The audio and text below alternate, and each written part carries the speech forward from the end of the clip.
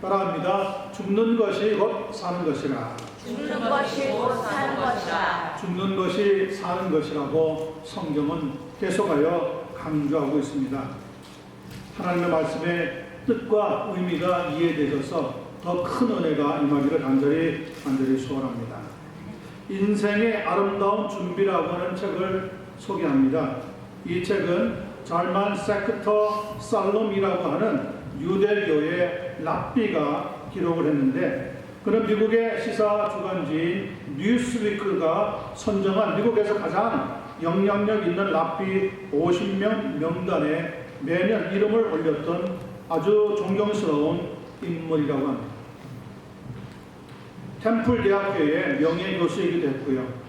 유대인들의 새로운 움직임을 이끈 존경받는 철학자였던 이 잘만 세크터 살롬이라고 하는 랍비는 2014년 89세의 나이로 결국 자기 집에서 평화롭게 세상을 떠났습니다.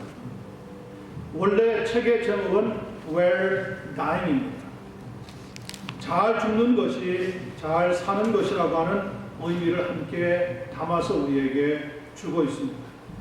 자, 우리가 어떻게 하면은 잘 죽는 것이 잘 사는 것이 되어지는지 주어져 있는 본문 말씀을 함께 살펴보면서 하나님의 은혜가 충만한 삶으로 나아가게 되기를 간절히 소원합니다. 아멘. 자, 19절 말씀 보겠습니다. 내가 율법으로 말미암아 율법에 대하여 죽었나니 뭐요? 이는 하나님에 대하여 살려 함이라. 갈라디아서를 쓴 저자는 바울 사도입니다. 그는 오늘 본문 19절에서 내가 율법으로 말미암아 율법에 대하여 죽었다고 고백을 하고 있습니다. 그렇게 말하는 이유가 무엇입니까? 19절 후반부에 보니까 대답해 놓고 있는데, 이는 하나님에 대하여 살려 함이라. 영어 성경에 보면 Through the law I died to the law so that I might live for God. 율법에 대하여 죽음으로 말미암아 하나님께 대하여서는 살아날 수 있기 때문에 그렇게 말씀을 하고 있는 겁니다. 쉽게 말하자면 나는 율법에 관한 율법 그 자체에 의해서는 죽었습니다. 그러나 이것은 하나님을 위해 살기 위해서 그리 된 것입니다. 이렇게 말할 수가 있습니다. 한마디로 다시 말씀드리지만 잘 죽는 것이 잘 사는 것이라고 하는 의미를 안겨주고 있습니다. Where dying is where living. 고린도전서 15장 31절에 보면 나는 날마다 죽노라. 바울 사도는 이렇게 고백하고 있습니다. 죽고 싶어서, 미치도록 죽고 싶어서 그런 고백을 하는 것이 아니라 하나님 안에서 율법에 대하여 죽을 때 진짜 살아나는 well living 할 수 있는 경험을 했기 때문에 그렇게 말을 합니다. 에스더서 4장 16절에도 보면 죽으면 죽으리이다 라고 고백하는 말씀이 나옵니다.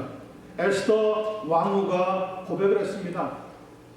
정말 죽고 싶어서 죽는 장소를 향해서 나가는 것이 아니라 죽기를 각오하고 삶을 살았더니 하나님이 살 길을 열어주시는 것을 경험하게 되었다고 하는 고백입니다.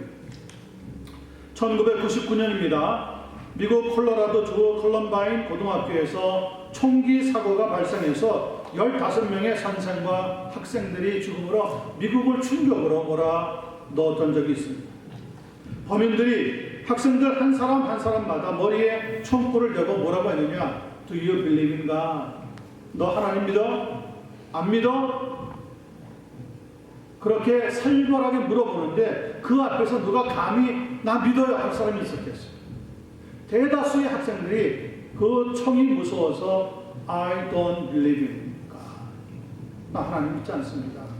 이렇게 고백을 해서 살아날 수가 있었다고 합니다. 그런데 그 공포스러운 순간에도 믿음을 저버리지 않은 여학생 한 명이 있었습니다. 그 여학생의 이름은 캐티 버넬이라고 하는 학생이었습니다. 캐티는 이렇게 대답을 합니다. 네, 나는 하나님이 계신 것을 확실히 믿어요. 그냥 믿어요가 아니에요. 확실히 믿어요. 죽으려고 작정을 하는 거죠. 확실히 믿어요. 당신도 하나님을 믿으세요. 그러자 화가 머리끝까지 난 범인들은 그래? 그렇다면 네가 믿는 하나님 곁으로 가라. 그러면서 총을 쏘았고 캐티는 그 자리에서 세상을 떠나게 되어버렸어요. 여러분, 너무나 허무하게 인생이 끝난 것 같지 않아요? 나는 믿지 않아요 라고 거짓으로라도 대답을 했다면 아마 지금껏 살아 있을지도 모릅니다. 그러나 이 사건 이후에 미국 전역의 학교에서 캐티 보넬의 뒤를 따르자 하는 영적 각성 운동이 일어나게 되었다고 합니다. 죽음 앞에서도 당당하게 믿음을 고백할 수 있었던 이유가 무엇이었을까요? 과연 캐티의 마음을 어떻게 누가 흔들어 놓으셨는지, 그는 끝까지 나는 하나님을 믿어야라고 고백하게 만들었냐는 거죠. 오늘 본문 말씀에 보니까 이는 하나님에 대하여 살려 함이라 라고 하는 확신이 있었기 때문에 그렇다는 것을 깨닫게 되어집니다. 찬송가 409장 1절만 한번 불러보겠습니다.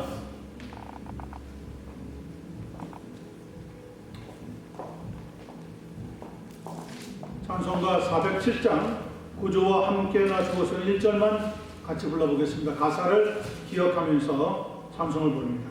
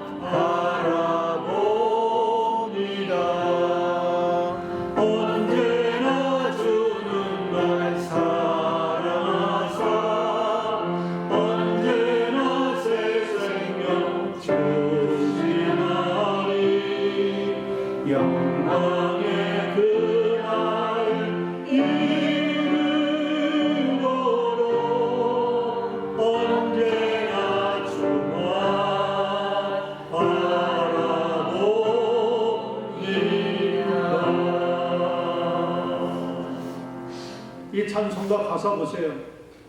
구주와 함께나 죽었으니 구주와 함께나 살았도다. 캐티는 네, 하나님 믿어요. 그러면 죽는 줄 알았어요. 몰라서 어리석게 그렇게 대답하는 것이 아니에요. 그런데 그 순간에 그는 하나님 앞에 다시 살아나게 될 것을 확신했기 때문에 그런 고백을 할 수가 있었다는 거죠. 여러분, 오래 살고 길게 산다고 잘 사는 것이 아니에요. 성경은 이야기합니다. 잘 죽는 것이 잘 사는 것이다. 성도는 먼저 그리스도와 함께 죽어야 하는 사람입니다. 그것은 내가 죽지 않으면 나도 힘들겠지만 나의 가정도 불행해지고 내가 섬기는 교회도 요란스럽게 되어 버린다는 것. 그러므로 믿음 생활은 내가 먼저 죽어야지만 시작할 수가 있습니다. 내가 먼저 죽는다고 하는 의미가 무엇일까요? 갈라디아서 5장 24절은 이렇게 설명해 주고 있습니다.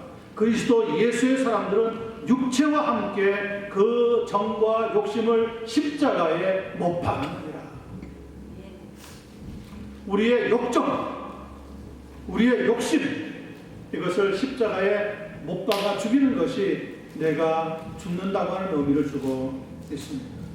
여러분, 내 고집과 내 자아가 지금보다 더 죽어야 합니다. 죽지 않으면 교만해지기 때문에 그렇습니다. 하나님 앞에서 더 이상 고집 부리지 마시기 바랍니다. 혈기 부리지도 마시기를 바랍니다. Well dying is well living. 믿음으로 잘 죽는 것이 잘 사는 길입니다. 죽는 것을 잘 그리고 복되게 준비할 수 있는 우리 모두가 되기만을 예수님의 이름으로 간절히 축원합니다. 아멘. 20절입니다. 두 번째, 내가 그리스도와 함께 십자가에 못 박혔나니, 오늘 말씀의 핵심적인 중심 구절입니다. 그런즉 이제는 내가 사는 것이 아니요 오직 내 안에 누가 살아요? 그리스도께서 사시는 것이라. 이제 내가 육체 가운데 사는 것은 나를 사랑하사 나를 위하여 자기 자신을 보내신 하나님의 아들을 믿는 믿음 안에서 사는 것이라. 이 말씀은 예수님을 믿고 난 뒤에 찾아오는 여러 가지 질문에 대한 귀한 대답을 주고 있는 말씀입니다. 이 질문에 한마디로 요약을 하자면 Why do you live? 왜 사느냐는 겁니다. 여러분 자신에게 진지하게 물어보시기를 부탁드립니다. 그리고 솔직하게 대답해 보시기를 바랍니다. 사는 이유가 뭡니까? 여러분 왜 지금 이 땅에 살고 있습니까? 사는 이유가 없으면 더 이상 사는 가치가 없는 겁니다. 오늘 20절 후반부에 보니까 이렇게 사는 이유에 대해서, 성도가 이 땅에 살아가야 하는 이유에 대해서 설명해 주고 있습니다. 이제 내가 육체 가운데 사는 것은 내가 왜 이 땅에 남아 살아가느냐, 내가 살아가야 하는 이유가 무엇이냐, 명분이 무엇이냐 물어봅니다. 나를 사랑하사 나를 위하여 자기 자신을 보내신 하나님의 아들을 믿는 어디 안에서요? 믿음 안에서 사는 것이라. The life I live in the body, I live by faith in the Son of God who loved me and gave Himself for me. 나를 사랑하셔서 나를 위해 자기 생명을 다 주신 예수 그리스도를 믿고 살아가는 것, 그것이 우리가 살아가야 되는 이유가 되고 명분이 되어야 한다는 거죠. 하나님의 아들을 믿는 믿음 안에서 사는 것이라고 하는 말은 엄청난 힘이 들어 있습니다. 이제 나의 존재 자체가 바뀌게 되었다는 거죠. 이전에는 내 자신을 믿고 내 힘으로 살았습니다. 그런데 이제는 하나님의 아들이신 예수 그리스도를 믿고 믿음으로 살아간다는 겁니다. 어마어마한 변화가 우리의 삶 속에서 일어나게 된 겁니다. 저는 본문 20절에서 이제는 내가 사는 것이 아니요 오직 내 안에 그리스도께서 사시는 것이라고 하는 말씀이 너무너무 마음에 듭니다. 여러분, 우리 안에 예수 그리스도께서 어떻게 살 수가 있습니까? 우리는 얼마나 지저분하고 속이 좁고 옹졸한데, 하나님의 아들이신 그분이, 평강의 왕이신 그분이 어떻게 내 안에 살아갈 수가 있겠습니까? 디모데후서 2장 20절과 21절에 이와 유사한 말씀으로 우리를 이끌어주고 있습니다. 이렇게 기록되어 있습니다. 큰 집에는, 여기 큰 집이라고 하는 것은 하나님의 나라 혹은 이 땅에는 하나님의 교회를 의미합니다. 큰 집에는 금그릇과 은그릇뿐 아니라 나무 그릇과 질그릇도 있어 귀하게 쓰는 것도 있고 천하게 쓰는 것도 있나니, 그러므로 누구든지 이런 것에서 자기를 깨끗하게 하면 귀히 쓰는 그릇이 되어 거룩하고 주인의 쓰심에 합당하며 모든 선한 일에 준비함이 되리라. 하나님의 집, 하나님의 나라, 하나님의 교회에 금그릇과 은그릇도 있지만 나무 그릇과 질그릇도 있다는 겁니다. 사람들 눈에는 그런데 금그릇과 은그릇이 귀하게 보인다는 거죠. 거기에 반해서 나무 그릇이나 질그릇은 천하게 보인다는 거예요. 그래서 같은 값이면 다홍치마라고 그릇을 쓰게 되면 금그릇과 은그릇을 쓰려고 하는 마음이 훨씬 우리에게 많이 있다는 거죠. 문제는 이것이 외모에 지나지 않는다고 하는 사실. 중요한 것은 그 그릇이 깨끗하냐, 깨끗하지 않느냐, 거기에 달려 있다는 겁니다. 더러우면 아무리 그 그릇이 금이나 은이라고 하더라도 주인이 쓰십니까? 쓰시지 않습니까? 쓰지 않는다는 거예요. 그러나 비록 나무 그릇 같고 질그릇 같아도 그 그릇을 깨끗하게만 해 놓았다면 주인은 넉넉하게 쓰고도 남음이 있다는 거죠. 그러니까 여러분, 하나님이 우리를 보는 눈과 우리가 하나님을 보는 눈은 너무 다릅니다. 하나님은 말씀합니다. 내 계획은 너희 계획과 다르다. 우리는 아직 하나님의 뜻을 살피기에 너무너무 부족합니다. 여러분, 하나님의 은혜가 임하여서 자꾸 하나님의 뜻을 찾아갈 수 있는 귀한 믿음의 종이 되시기를 간절히 소원합니다. 아멘. 비록 사람들 보기에는 나무 그릇 같고 질그릇 같아도 깨끗하기만 하면은 주인이 쓰신다고 하는 말씀은 우리에게 큰 소망과 은혜를 더하여 주고 있습니다. 그러니 이제 내 안에 그리스도께서 사는 것이라고 하는 의미가 이해가 됩니다. 내 안을 하나님이 깨끗하게 만들어 주셨다는 거죠. 그래서 비록 내가 나무 그릇 같고 질그릇 같이 사람들 보기에 천해 보이지만 하나님은 귀하게 보셔서 나를 사용해 주시게 된다는 거예요. 안종혁이라고 하는 신시내리 대학의 석좌 교수가 쓴 길갈이라고 하는 책이 있습니다. 길갈이라고 하는 이름은 여러분 잘 아시죠? 여호수아서 5장 9절에 나오는 이름인데 그 뜻은 굴러갔다 혹은 벗겨졌다라고 하는 의미입니다. 길갈 그러니까 무슨 떡집 이름으로 혹은 빵집 이름으로 음식점 이름으로 생각할지도 모르는데 그런 의미가 아니라 내게 있던 것이 수치스러운 것이 굴러갔다 혹은 벗겨졌다 그런 의미를 주고 있습니다. 모세의 뒤를 이어서 지도자가 되었던 여호수아가 약속의 땅 가나안 땅에 이스라엘 백성들을 이끌고 들어가야 되겠는데 하나님께서는 너희에게서 아직도 애굽에 캐켜 먹은 세상 냄새가 나니 들어갈 수 없다고 말씀하십니다. 그러시면서 너는 돌칼을 만들어 이스라엘 자손들에게 다시 할례를 베풀라고 말씀해 주신 거예요. 그래서 이스라엘 백성들을 다 모아놓고 여호수아는 우리가 이제 새 땅에 들어가야 되는데 저 가나안 땅에 약속의 땅에 들어가야 되는데 하나님께서 우리가 지난날 애굽에서 살던 쾌쾌 먹은 옛날 냄새가 그냥 난다고 한다. 그러니 오랫동안 할례를 하지 못했던 일을 우리가 저 땅에 들어가기 전에 먼저 의식을 행하자. 그리고 그동안 지키지 못했던 유월절을 지키자. 그래서 온 이스라엘 백성들이 할례를 행하고 유월절을 지키게 되었습니다. 그리고 나서 하나님이 그 땅에 들어가게 해주시는데 그때 해주신 말씀이 그런 말씀이에요. 내가 오늘 애굽의 수치를 너희에게서 떠나가게 하였다 하였으므로 그곳 이름을 오늘까지 길갈이라고 하더라.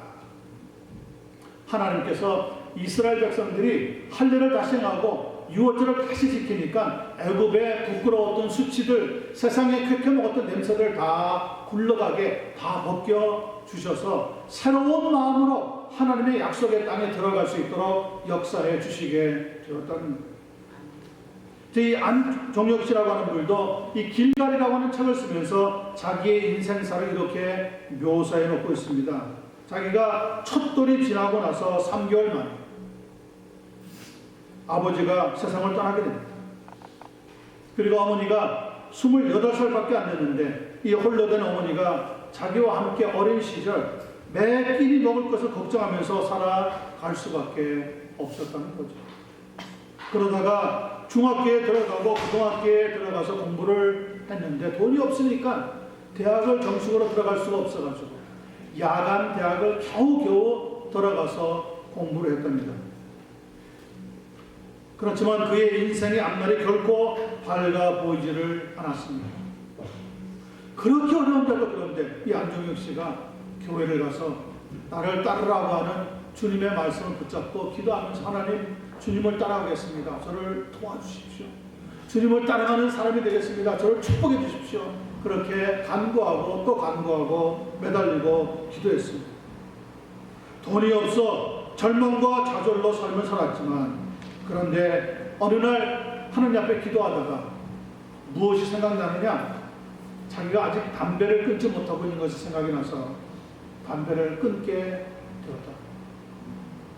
그러다가 성경을 읽으면서 자기를 구원했다고 하는 속죄의 확신을 하나님으로부터 얻게 되어지고 그리고 기도하다가 잠이 들었는데 꿈을 꾸는데 성령의 불을 받는 체험을 또 하게 되었다고 합니다. 이 정도면 하나님이 이제 나를 좀 도와주시겠지. 그런데 정말 그때부터 길이 열리는데 이건 미국 신시내티 대학으로 유학을 떠나올 수가 있게 되었어요. 여기 와서 또 어떻게 공부를 하면서 마치게 되었는데 마지막 박사학위 자격 시험을 치는데 계속해서 두세 번 떨어지면서 곤란한 지경에 도착을 했어요. 하나님, 이렇게 고생시키고 떨어지게 할 것 같으면 차라리 유학을 오지 못하게 만들지 하셨어야지. 여기까지 해놓고 다 공부시켜놓고 이제 시험을 봐야 되는데 마지막 시험을 이렇게 어렵게 해서 떨어뜨리면 난 어떻게 합니까? 그러면서 하나님에 대해서 불평을 하고 원망을 내뱉게 되었답니다. 그리고 마지막 1년 더 시험 준비를 하면서 아예 그때부터는 기도도 포기하고 성경 공부도 포기하고 예배도 포기하고 교회 나가는 것도 포기하면서 공부하면 죽자 사단에 걸려. 그런데 1년이 채 안 되었어. 자기 몸에 심한 마비 증상이 오기 시작하더니 쓰러지고 나서 마치 죽을 것 같이 되는 가운데 주변에 있는 사람들에 의해 병원으로 실려가서 병상에 누웠는데 그 순간 자기의 귀를 땅 하고 때리는 하나님의 음성 같은 것이 들리더래요. 그래, 네가 박사학위가 나를 사랑하고 나를 따라오는 것보다 더 좋고 더 귀하게 보이지. 그 말씀이 자기의 심령에서부터 울려 나오는데 자기가 지금 하나님 사랑하는 것보다 박사학위 따는 걸 더 사랑하면서 시간 보내고 있는 것을 깨닫게 되었다는 거예요. 그래서 주와 함께 죽고 주와 함께 사는 것이 진짜 하나님의 은혜이고 축복인데 그 사실을 깨닫고 나서 감사하면서 자기를 인도하시는 하나님만 붙잡고 회개하면서 병상에서 눈물로 엎드려 기도를 하게 되었답니다. 그리고 났는데 자기를 하나님이 치료하시고 다시 시험을 보게 되었는데 떡하니 합격을 하고 나서 졸업한 뒤에 그 대학교의 석자 교수가 되었다는 거예요. 그 병원의 침상이 자신의 부끄러움을 벗겨내는 굴러간 길갈이 되었다고 고백을 하고요. 여러분의 삶의 자취를 돌아보면 길갈이라고 하는 지역이 반드시 있을 겁니다. 예수님을 믿기로 작정하면서 세상에 부끄러웠던 과거는 다 벗어던지고 새로운 출발을 했던 그곳.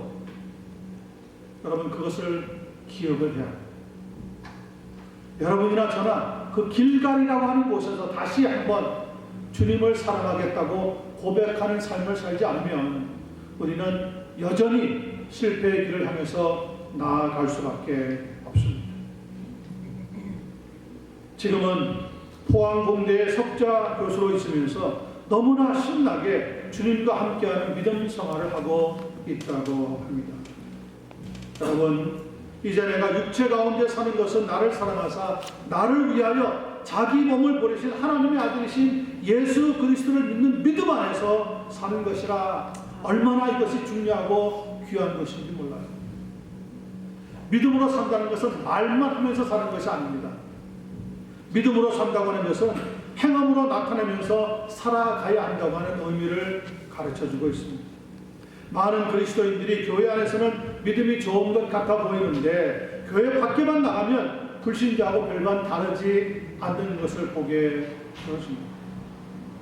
가정이나 직장에서도 도무지 믿는 성도의 모습이라고 볼 수 없는 그런 이상한 그리스도인들이 많이 이름만 가지고 있는 경우도 있습니다. 더러운 금그릇이나 은그릇에 해당하는 경우라고 말할 수 있습니다. 여러분 안에 그리스도가 살아계시다는 것을 믿습니까? 아멘. 저는 예수님이 제 안에 살아있다는 것을 분명히 믿습니다. 저는 예수님이 아니면 하루도 살아갈 것 없어요. 예수님 때문에 사는 겁니다. 처음에 우리는 예수 안에서 죽어야 합니다. 율법에 대해서는 죽어야 합니다. 지나간 과거의 모습은 다 벗어 던져야 됩니다. 그리고 이제는 예수 그리스도 안에서 다시 살아야 합니다. 믿음으로 살아갑니다. 하나님의 은혜를 붙잡고 살아갑니다. 내 머리, 내 자존심, 내 지식, 내 건강 믿고 살아가는 것이 아니라 나를 위해서 죽으신, 나를 사랑하신 예수 그리스도를 위해서 살아가는 것이 진짜 믿음 생활이라고 성경은 말씀하고 있습니다. 여러분, 그 주님과 함께 아름다운 삶을 복되게 살아갈 수 있는 한 분 한 분 되기를 간절히 축원합니다. 아멘. 자, 21절 마지막 보겠습니다. 내가 하나님의 은혜를 패하지 아니하노니 만일 의롭게 되는 것이 율법으로 말미암으면 그리스도께서 헛되이 죽으셨느니라. 이 말씀을 쉽게 풀어봅니다. 하나님의 은혜는 나에게 참으로 귀중한 것입니다. 만일 그러나 내가 율법을 지켜서 의롭게 된다면 그리스도께서 헛되이 죽은 것밖에 되지 않습니다. 그런 말씀의 의미입니다. 의롭게 되는 것은 율법을 지켜서가 아니라 하나님의 은혜로 되어진다는 거예요. 에베소서 2장 8절과 9절 말씀은 그래서 이렇게 동의하면서 우리에게 증거하고 있습니다. 너희는 그 은혜에 의하여 믿음으로 말미암아 구원을 받았으니 이것이 너희에게서 난 것이 아니요 하나님의 선물이라. 행위에서 난 것이 아니니 이는 누구든지 자랑하지 못하게 합니다. 여러분, 내가 무슨 선행으로 혹은 고행으로 의롭게 된다면 내 자신이 조금이라도 자랑스러워질 만할 수 있습니다. 그러나 하나님은 그 은혜에 의하여 믿음으로 우리를 의롭게 하시기 때문에 구원받은 하나님의 백성들은 한 사람도 하나님 앞에서 자랑할 것이 없다는 거예요. 세계 역사를 배우다 보면 1889년에 태어나서 세계적으로 동시에 유명해진 두 사람이 있음을 알게 됩니다. 한 사람의 이름은 아돌프 히틀러입니다. 또 다른 사람의 이름은 드와이트 아이젠하워입니다. 같은 해에 태어났습니다.